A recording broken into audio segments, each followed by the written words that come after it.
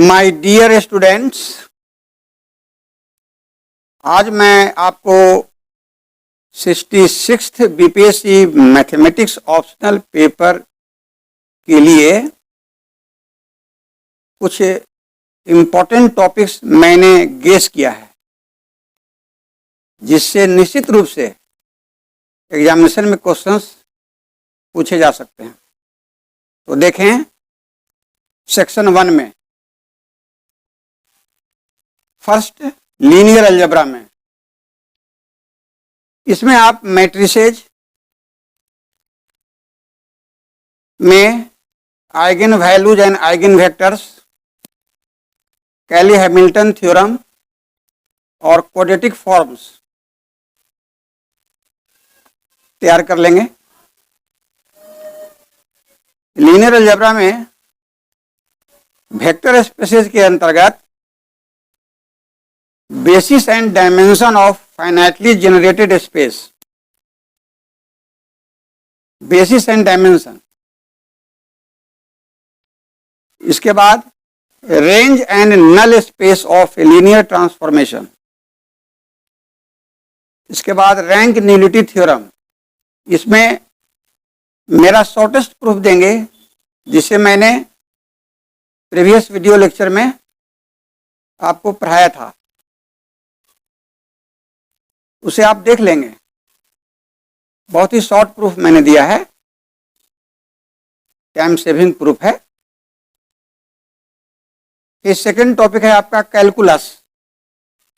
तो कैलकुलस में दो पार्ट हैं, डिफरेंशियल कैलकुलस और इंटीग्रल कैलकुलस। तो पहले डिफरेंशियल कैलकुलस में देखें, इसमें limit, continuity and differentiability of a function of a single variable वो तैयार कर लेंगे। इसी लेसन में Rolle's theorem, Lagrange mean value theorem, Cauchy's mean value theorem, Taylor's theorem आता है। Maxima minima of a function of a single variable, indeterminate forms, जिसके problems Laplace rule की मदद से बनाए जाते हैं। इसके बाद functions of several variables, several variables में मेन 2 वेरिएबल्स पर ही प्रश्न रहते हैं।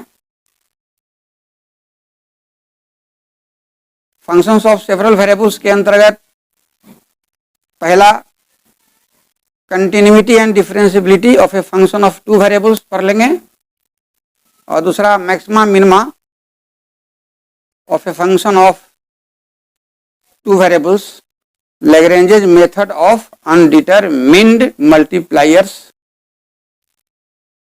देख लेंगे। डिफरेंशियल कैलकुलस के बाद इंटीग्रल कैलकुलस में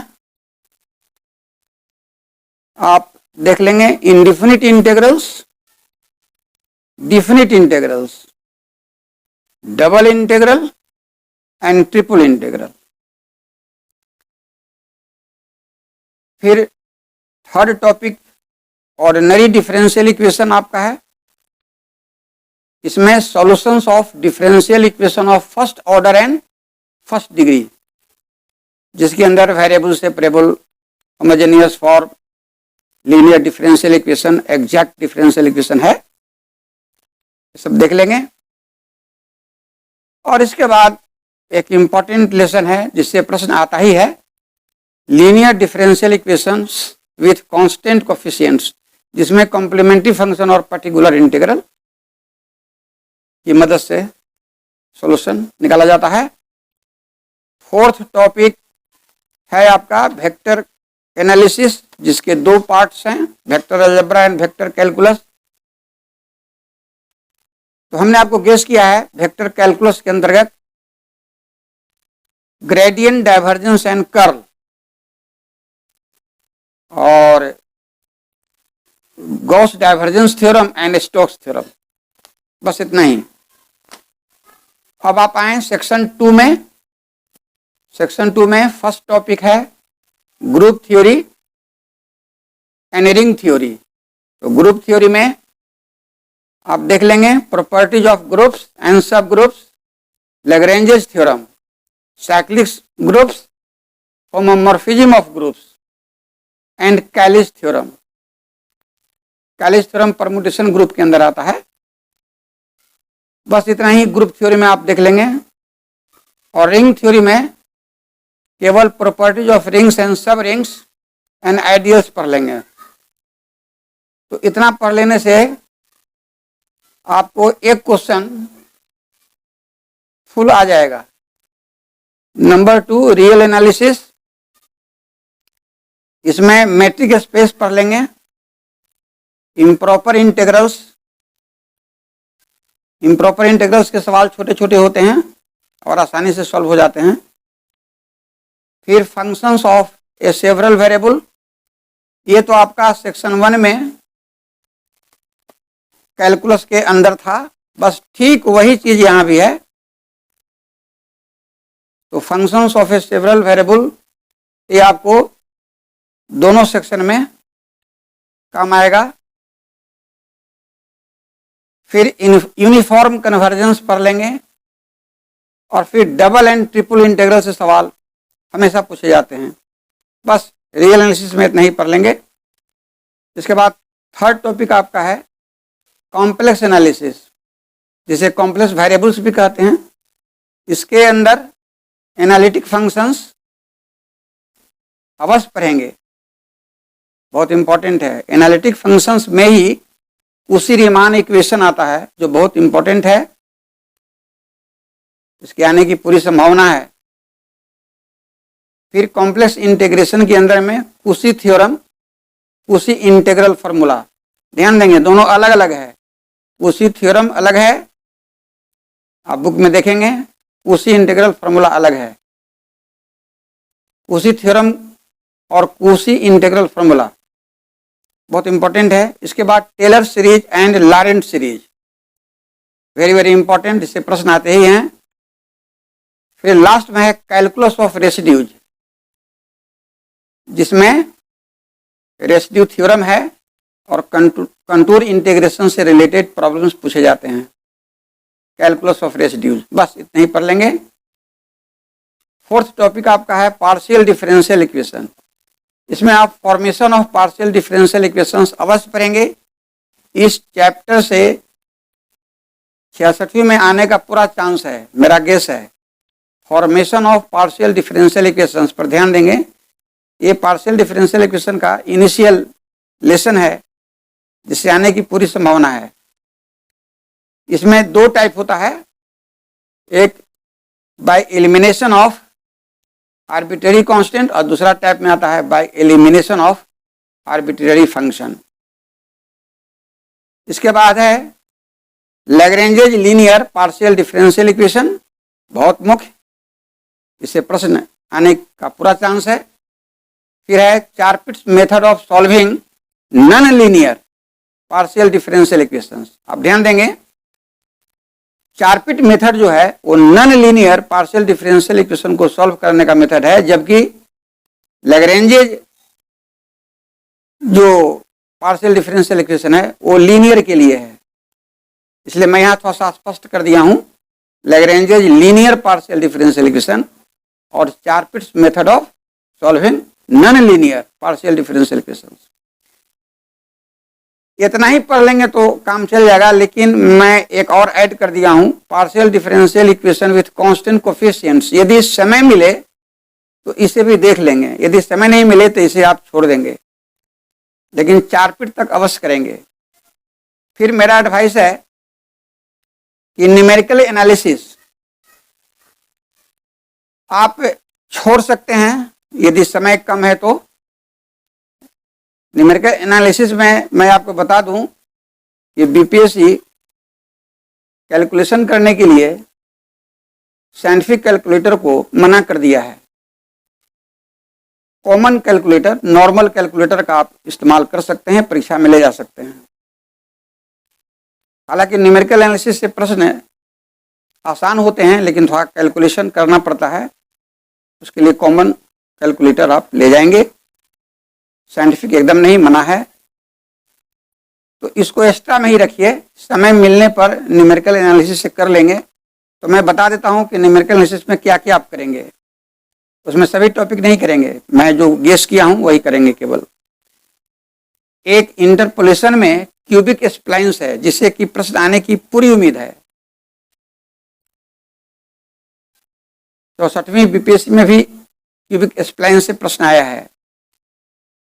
फिर न्यूमेरिकल इंटीग्रेशन के अंतर्गत सिम्पसन्स 1/3 रूल, इसको आने की संभावना है, ध्यान रखेंगे। इसके बाद numerical solution of polynomial and transcendental equations, इसको देख लेंगे। और उसके बाद लास्ट में numerical solution of ordinary differential equations, इसको आप देख सकते हैं।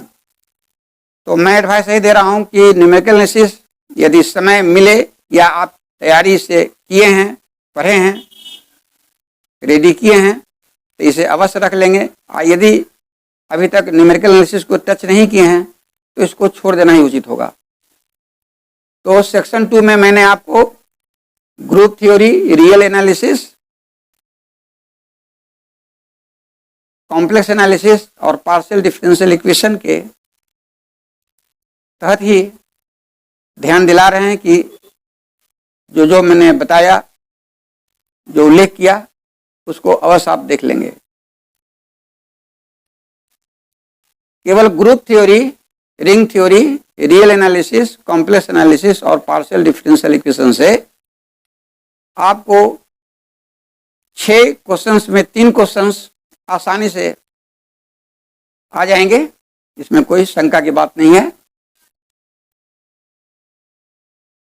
और यदि लीनियर प्रोग्रामिंग प्रॉब्लम आप टच किए हैं तो उसमें सिंपलेक्स मेथड छोड़ देंगे, मैं उसमें एडवाइस दे रहा हूं। Graphical solution of linear programming problem, जो कि क्लास 12 में भी आप पढ़ा है, इसका कंसेप्ट होगा, बहुत इजी होता है। इसको कभी कभी न्यूमेरिकल एनालिसिस से हाफ मिला देता है। तो इसको यदि आप तैयारी किए हैं तो रख लेंगे, नहीं तो मैं एडवाइस यही दे रहा हूं कम समय में कि group theory, ring theory, real analysis, complex analysis and partial differential equation में जितना लेसन्स मैंने आपको जो बताया, बस उतना ही जो है सो आप तैयारी कर लेंगे। मैं पूर्ण विश्वास दिलाता हूं कि आपको 6 प्रश्न में 3 प्रश्न आ ही जाएंगे।